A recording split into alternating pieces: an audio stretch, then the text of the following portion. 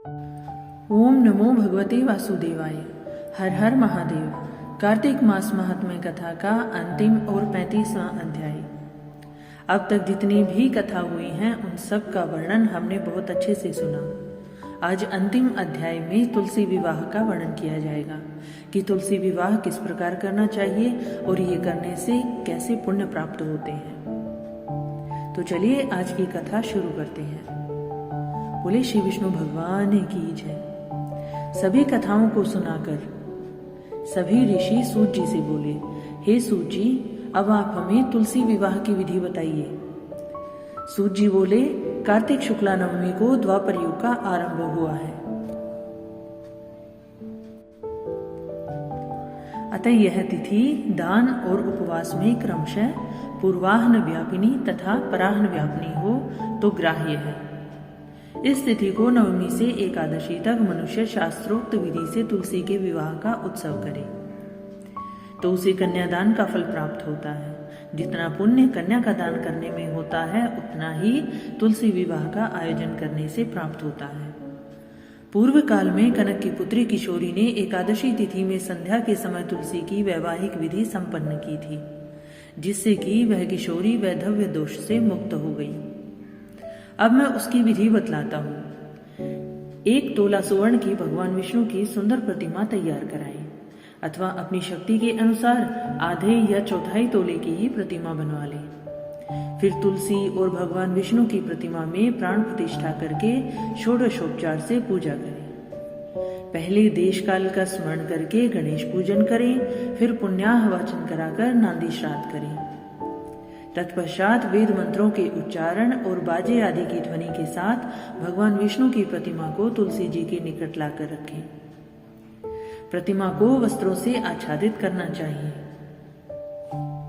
उस समय भगवान का आवाहन करें कि हे भगवान केशव, आइए, हे देव, मैं आपकी पूजा करूंगा, आपकी सेवा में तुलसी को समर्पित करूंगा, आप मेरे संपूर्ण मनोरथों को पूर्ण करें।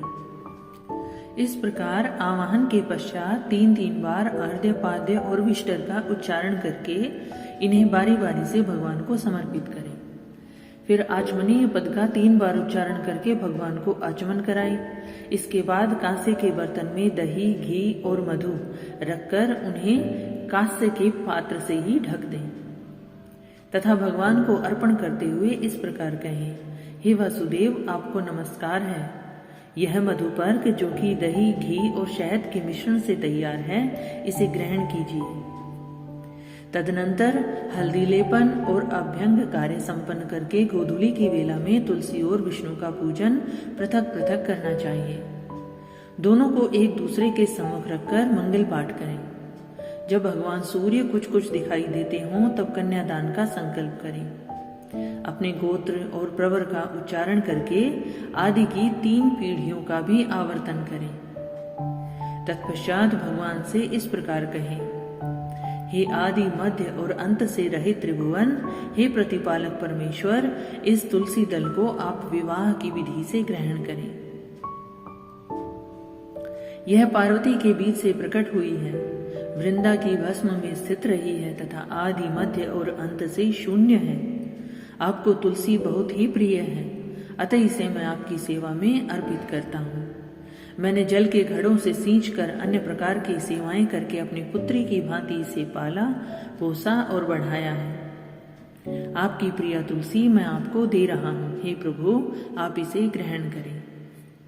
इस प्रकार तुलसी का दान करके फिर उन दोनों अर्थात तुलसी और भगवान विष्णु की पूजा करें। विवाह का उत्सव मनाएं। सुबह होने पर पुनः तुलसी और विष्णु जी का पूजन करें। अग्नि की स्थापना करके उसमें 12 मंत्र से खीर, घी, मधु और तिल मिश्रित हवनीय द्रव्य की 108 आहुति दें। फिर स्विष्ट कृत होम करके पूर्ण आहुति दें।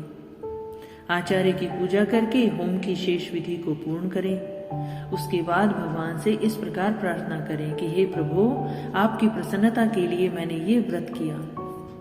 हे जनार्दन, इसमें जो न्यूनता हो, जो कमी हो, वो आपके प्रसाद से पूर्णता को प्राप्त हो जाए। यदि द्वादशी में रेवती का 4था चरण बीत रहा हो तो उस समय पारण न करें। जो उस समय भी पारण करता है वह अपने व्रत को निष्फल कर देता है।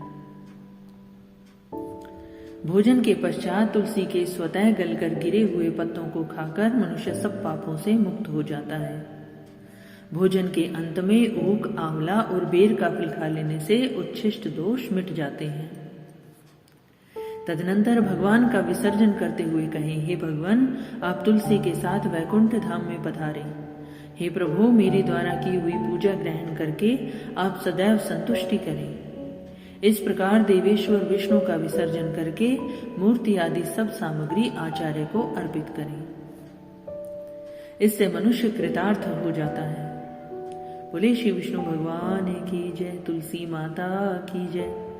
यह विधि सुनाकर सूत जी ने ऋषियों से कहा, हे ऋषियों, इस प्रकार जो मनुष्य श्रद्धा पूर्वक सत्य, शांति, संतोष को धारण करता है वो भगवान विष्णु को सदैव प्रिय होता है, और जो भगवान श्री विष्णु को तुलसी दल समर्पित करता है उसके सभी पापों का नाश हो जाता है।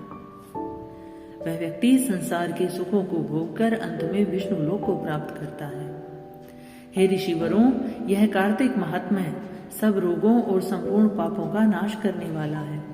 जो मनुष्य इस महात्म्य को भक्ति पूर्वक पढ़ता है और जो सुनकर धारण करता है वो सब पापों से मुक्त हो भगवान विष्णु के लोक में जाता है।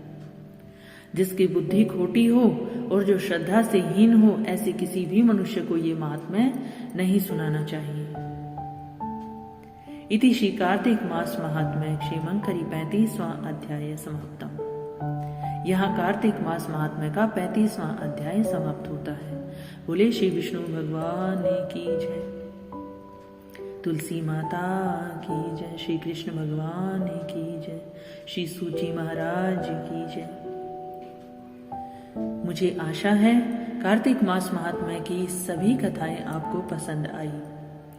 इन संपूर्ण कथाओं की एक प्लेलिस्ट बना दी गई है, आप चाहें तो इनको दोबारा से सुन सकते हैं। आगे और भी भक्तिपूर्ण कथाएं व भजन संध्या सुनने के लिए मेरे चैनल को लाइक, शेयर और सब्सक्राइब जरूर कीजिए। हर हर महादेव।